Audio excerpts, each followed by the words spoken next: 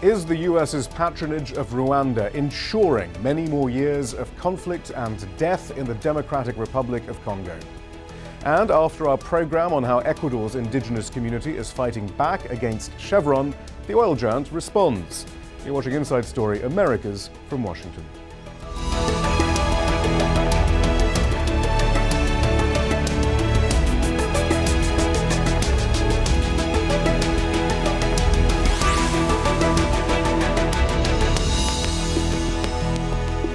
Hello, I'm Shihab Ratansi. Rebels in the eastern DRC say they have begun withdrawing from territory they captured from government troops. About 500,000 people have fled their homes during 7 months of fighting. The violence has been particularly disturbing, coming less than 10 years after the end of the Congo War that killed some 5.4 million people. The US dispatched a State Department official to the region, but has been careful to spare its allies anything beyond symbolic sanction, even after a UN report concluded that Rwanda and Uganda are backing the M23 rebels. Rwanda's President Paul Kagame in particular has been cultivated as a staunch US ally. Bill Clinton once called him, quote, one of the greatest leaders of our time, end quote. And US companies like Starbucks have invested heavily in the country. Rwanda's alleged involvement with Congo's M23 rebels notwithstanding, critics say Kagame runs an authoritarian state with a terrible human rights record. When Kagame won the 2010 election with 93% of the vote, the three main opposition parties were excluded from the ballot and 2 of their leaders were jailed. Similarly, Yoweri Museveni's Ugandan government has received US support even after a US State Department report accused the country of gross human rights violations. Kampala, too, is accused of destabilizing its resource-rich neighbor to the west, the DRC. So what's driving US policy towards the latest conflict in the DRC? I'm joined in the studio by Kambala Musavuli, a national spokesman for Friends of the Congo. Also here, Nia Quetta, an African policy analyst and former executive director for Africa Action. And from Houston, we're joined by Herman Cohen, who served as Assistant Secretary of State for African Affairs under George W. Bush. The most useful thing to do, perhaps, is to try and, first of all, establish what Rwanda's role is in this current conflict. And we have this UN report by its group of experts that was released publicly last week. These are some of the main findings. It says troops from both Rwanda and Uganda have helped the M23 expand control of territory in the eastern part of the DRC. That Rwanda helped recruit soldiers for M23 leader Bosco Ntaganda, who is leading rebel troops on the ground. He's also wanted by the International Criminal Court for alleged war crimes. UN investigators interviewed rebel soldiers who said they were Rwandans sent across the border to join the fighting. The report also says traders in Rwanda are funding the conflict thanks to money from tin, tungsten and tantalum smuggled across the border from mines in the eastern DRC. An interim report was leaked to the media this summer and the US was accused of blocking its release. Now, clearly Rwanda has fought back against this report, but Ambassador, is there any reason to doubt the credibility of the UN group of experts? Well, I listened to my own government, the United States, and they've said that the UN report is credible, so I would agree with them. And would everyone else concur with that here in the studio? Yes, I mean, it's not only corroborated by the group of experts, but we also have the intelligence sources within the region and SADC nation who had independent investigation on the issue, and they came up with the same conclusion, that Rwanda is in fact supporting rebel groups in the Congo and using their troops to come in to support them as well. All right, well our reporter in the region, Peter Grester, talked to Paul Kagame about the report. This was Kagame's response to the allegations. It is a fictitious report. When you keep talking about the report, I don't understand the report. Do these people even need weapons? They've been deserting with weapons. They are coming from government forces and moving with weapons. I don't have to give anybody weapons. It doesn't make sense. Secondly, this so-called rebellion, in fact, stands for nothing for us. If somebody just tried to think reasonably, what would Rwanda be looking for in this mess? Previously, we are working with the government. We are doing what we needed to do with the authorization, working together. What else would we be looking for? Clearly, Kinshasa has very little control and has been apparently been losing control. I should over not the years. be accused of that. This is what I'm saying. No, I'm not saying that you are. That's what we are accused of. No, We just- should just not, let we me should finish not my be question. accused of a mess in DRC. Period. So what about that knee? I mean, this is all circumstantial. There might be some connection, but it's not government policy. Clearly, Rwanda does have an interest in some of the Rwandan rebels who are still being harbored or still have bases in the DRC. And anyway, it's true that perhaps the Congolese government did renege on some of its promises to the rebels. I mean, this is a DRC problem, actually. There's no question that the DRC has a role and that the DRC government is not anybody's idea of the perfect, well-controlled government. But I think Paul Kagame's denials fly in the face of the evidence. If you listen to him carefully, everybody in the world is wrong. The UN is wrong, its own allies, the UK, and the United States. As the ambassador mentioned, the US finds their reports credible. And this is only this year's report. We must remember that in 2010, we had the larger mapping report. So the record of Rwanda meddling in the DRC is long and credible. But the President Kagame, always denies that in the face of evidence. All right, well, having established that then, Ambassador Cohen, this does then bring up the US's role too, Paul Kagame. Earlier in the year, though, Susan Rice, the UN ambassador, was accused of trying to prevent this report from being released. And certainly in the past, the US has seemed to be loath to criticize Rwanda. How would you characterize their relationship? I think the relationship is very close, but it's starting to separate a little bit. The United States has a great deal of respect for Rwanda for several reasons. They have sent troops to work with the UN in Darfur. This is a very important contribution. Rwanda's military and the American military are very close, and Rwanda cooperates with intelligence gathering against extremist forces, jihadists in the region, and what have you. And Rwanda always supports American foreign policy in the United Nations and everywhere else. Plus, you have the element of genocide guilt. Under the Clinton administration, the United States did nothing to stop the genocide. So ever since then, there's been a reluctance, sort of a guilt feeling, do not criticize Rwanda. But as I said at the beginning, this is beginning to fray because the Eastern Congo is a tremendous humanitarian disaster, with all of these warlords and foreign governments and the Congolese governments doing terrible things to the people there. But are you seeing any evidence of that, Kambale, that I mean, this time Ambassador or Secretary of State, Assistant Secretary of State Johnny Carson has said some rather tough things about Rwanda. About $200,000 in aid was prevented from going that way, which is hardly anything but symbolic, at least. Yes. So are we seeing perhaps even a split in the administration? Because Ambassador Rice, at the very least, doesn't seem to be as forthright as some of the other members of the administration. What do you make of it? It's almost as a repeat of the 1994 genocide, where there was a split within the government around how to deal with the issue there. But as a Congolese, I'm looking at it, this has been going on for 16 years. There are those who want to stop it and those who wanted to keep it as business as usual.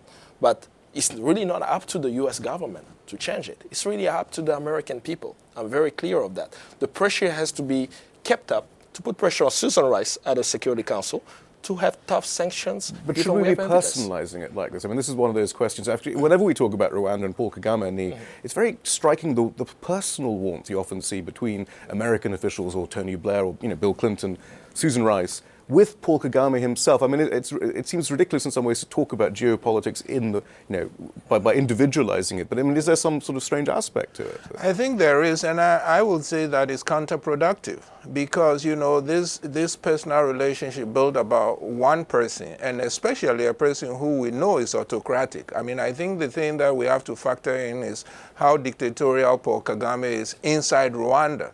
I also want to step back a bit and talk about, this is a pattern of U.S. support of strong men in Africa. It's gone on ever since Africa became independent for 50 years, and especially if we are talking about the Great Lakes. Rwanda, in terms of size, is a tiny speck compared to the Congo. The question is, why is the Congo so weak? I, for one, think it's because the U.S. was in bed for Mobutu for close to over 30 years. And this embrace of dictatorial strong men in Africa, I think is bad for Africa and it's bad for the United States. States. Especially Susan Rice, for example. I mean, she's so forthright about the responsibility to protect and liberal interventionism elsewhere when terrible human rights abuses are going on. What's preventing those principles from being applied to Rwanda and Paul Kagame? Here, I think I agree with Kambale very much. I think it's because U.S. policy officials don't feel any heat from the American people. I think America's greatest strength is its own democracy and openness. And yet, in its foreign relations, especially in Africa, but not just in Africa, the Middle East, Latin America a while ago, they are so comfortable with dictators. And I think unless the activists and the American citizenry push and say we have no business propping up dictators who stir up war, who kill people, no matter whether we think they are effective or efficient like Paul Kagame, that has to change because it comes back to bite the United States too. But there's another argument that we hear, Ambassador, though, that, okay, perhaps Paul Kagame is partly the cause of this crisis, but he can also be part of the solution. In the interests of conflict resolution, there's no reason to start grandstanding against him. He can be now a mediator. If that is the role that he now takes, and he does tend to win these, when he's confronted with these situations, he does tend to come out on top. What would he want? What does Rwanda want out of this current crisis, do you think? I think we have to remember that Rwanda has effectively controlled Kivu since its first invasion there in 1996. So from 1996 to 2002, Rwanda was the sovereign in Kivu. So they developed business relationships, commercial relationships, political relationships. People moved from Rwanda to Kivu to start farms and pastoral occupations. So all of a sudden, President Kabila of Congo says, I want you out now. He can't just kick them out because they've been running the place for all this time. So I think what Kagame is really looking for, and what I'm recommending, is an economic common market between Rwanda and the Kivus and the Ituri province, which means that all of this underground movement, this pillage that's going on now, can become regularized, and both the Congo and Rwanda could earn wealth from this. When I recommend this to Congolese, they always say, oh, you just want the breakup of the Congo. Well, I tell them it is already broken up. Kivu belongs to Rwanda. It does not belong to the Congo. And Kambale, at this point, we should also point out the enormous business interests and the mineral wealth of this region. Actually, I mean, just very quickly, I mean, how much control, how much cooperation is there between U.S. multinationals, U.S. business interests, and this region, as far as we know, there? I mean, it's very apparent. Many companies do businesses there.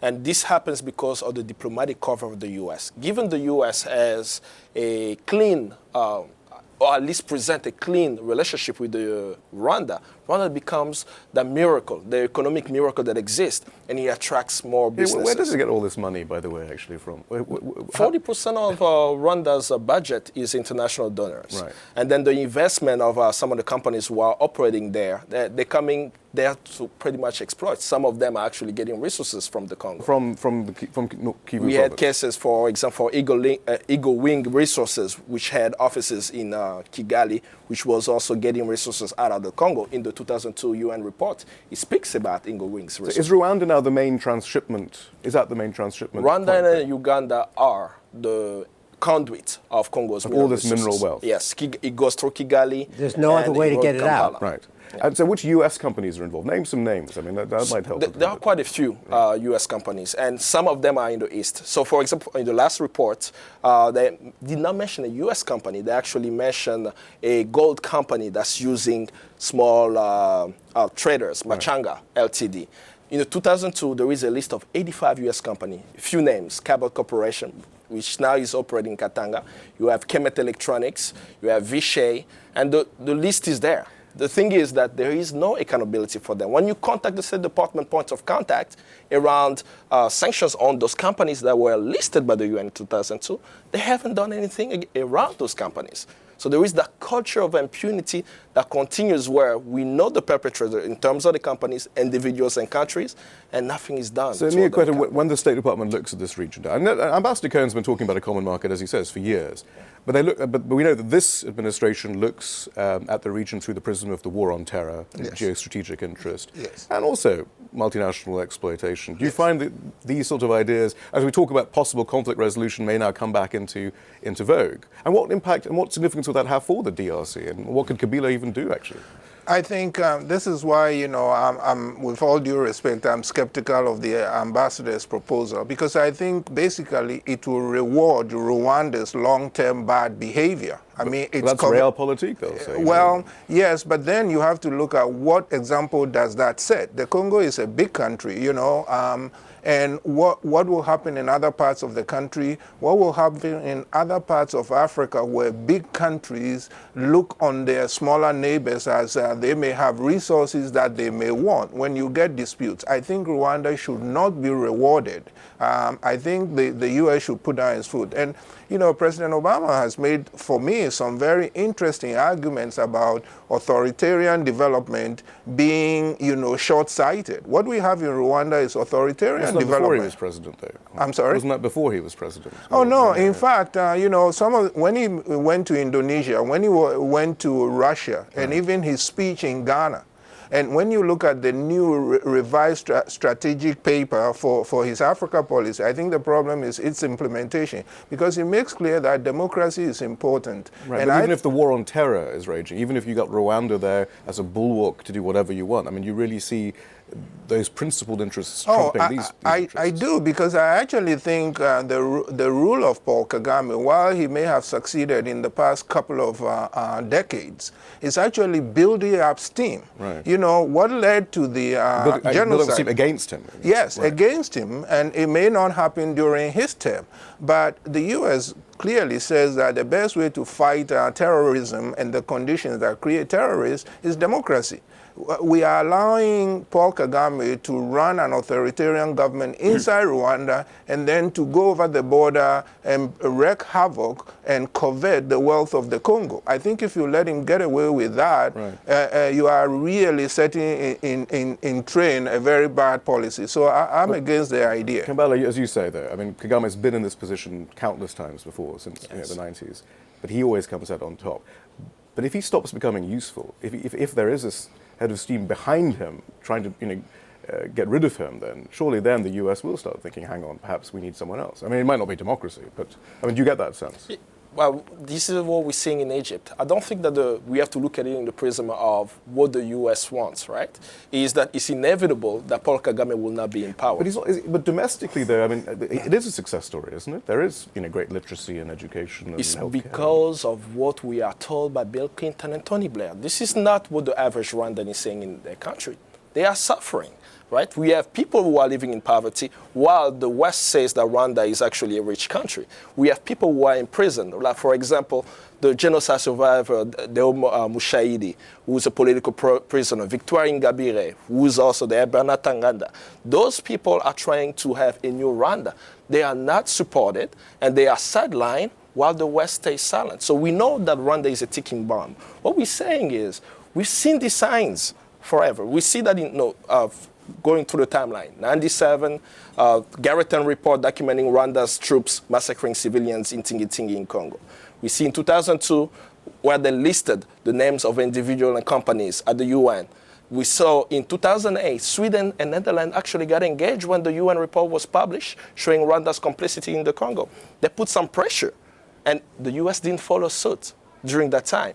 2010, Niakweta just shared about the UN mapping exercise report, showing again the culture of impunity. We are now here in 2012. We are again dealing with a report that shows that Rwanda is implicated in the Congo. I argue, because of the culture of impunity, this is what is causing millions of deaths in the Congo. If it's shifted, we have a chance at peace, not just for the Congo, but for the region. Kambala Musavuli, thank you very much. Niakweta, as always, thank you. Ambassador Herman Cohen, thank you very much too. You're welcome. Now, on the last edition of Inside Story Americas, we examined the case Ecuador's indigenous communities have brought against Chevron. Nearly 2 years ago, an Ecuadorian judge ruled that the oil giant was liable for decades of environmental destruction in Ecuador's Amazonian territory. But Chevron still refuses to pay more than $18 billion in damages. This week, a Canadian court is considering whether to enforce the ruling. A lawyer for Chevron has now told us that the entire case against the company is fraudulent. My response is watching your broadcast last night and seeing those gentlemen talk about these issues really gives environmentalism a bad name. They were really restating the false, fraudulent statements that their legal team has stated in court in Ecuador, in courts in the United States. At least 7 U.S. courts have found that fraud tainted those Ecuadorian proceedings. All the evidence they talked about that they supposedly had is fake. The reports that they submitted that were submitted by a supposed independent expert, the plaintiff's lawyers secretly ghost wrote the reports. They ghost wrote the judgment, the $19 billion judgment they were talking about. And you don't have to take my evidence for this. We were able to get outtakes from a movie called Crude, where we have them in living color, HD video, conspiring with the supposed court-appointed expert, engaging in all sorts of improper conduct, saying they're going to pressure the courts, intimidate the courts, that the courts are corrupt. It's really an outrageous global scam that they're perpetrating, and it's not good for the Ecuadorian people. It's terrible for global commerce. It's really an outrage, so I really appreciate being on here today to talk about it. So it's incontrovertible, though, that Texaco left behind an environmental wasteland. So your tactic then is simply to turn this on the rambunctiousness of the lead lawyer, is that correct? That's not correct on 2 fronts. One, Texaco, which left Ecuador in the 1990s pursuant to a settlement agreement with the government of Ecuador, which released Texaco from all liability. Texaco cleaned up, remediated the sites that it was required to clean up. The government of Ecuador released Texaco from any liability. The government of Ecuador for the last 20 years has continued to extract oil. So if anyone's responsible for what's going on in Ecuador today, it's the government of Ecuador. The plaintiffs' lawyers have not sued Ecuador because they're colluding with the government of Ecuador. But this is all a scam. They have made up the evidence. They've fabricated expert reports. They've engaged in a terrible fraud. And it's not just our targeting the lawyer. They are making things up. The other thing that I noticed last night is that the people you had on suggested they were out for the good of the people and for the good of the environment. We had access to all their internal files, the lawyers' files. When we exposed this fraud, they said we could go to jail. They could go to jail, the lawyers. They knew that this was a fraud, number one. And number two, nothing in their files suggested they were going to send money to the people of Ecuador to try to clean up in Ecuador. It was going to go into their pockets, offshore accounts. They were going to keep the money out of Ecuador. It's outrageous, and it really does give environmentalism a bad name. There are good people out there who want to clean up the environment. Chevron is a socially responsible company. What these lawyers are doing is fraudulent. It's a racketeering scheme. We have a racketeering lawsuit pending in New York. We're going to pursue this and get justice in this case. And if there's going to be a resolution, it would be with the government of Ecuador. We're willing to sit down with Ecuador. Chevron's willing to sit down with Ecuador. They've rebuffed us so far.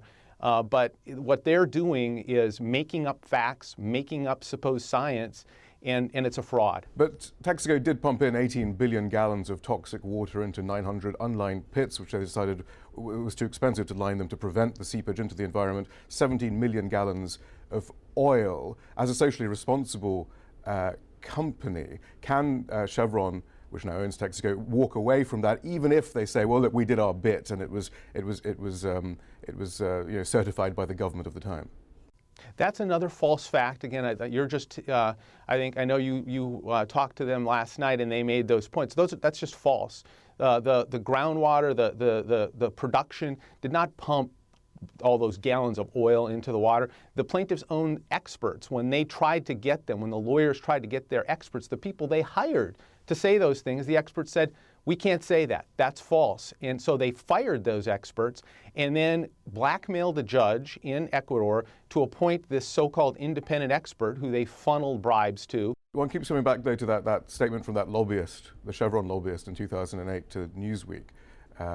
If we let little countries like Ecuador screw around with big companies like Chevron, I mean, this would be a terrible precedent set. I mean, is that the point? Though? I mean, the principle here would be too great. I mean, there is an environmental wasteland down there. There's no way this is going to be allowed to stand. Chevron disagrees with the statement that you're quoting. The rule of law is important, and environmental care and taking care of the environment is important. Chevron was never doing business in Ecuador. Texaco did what it was supposed to do. If there were issues with that, with the remediation, as I said, Chevron today would sit down with Ecuador and talk about it. Ecuador has estimated the remediation would be something like $70 million for the areas they were supposed to take care of, not tens of billions of dollars. But this kind of shakedown scam that's being perpetrated by these lawyers who want to line their own pockets at the expense of the Ecuadorian people is not the way to do it. And you can log on to our website to see both the complete interview with Chevron's lawyer, that should be posted in the coming days, as well as our full discussion of the merits of the case. But that's it from the team in Washington, D.C. for now.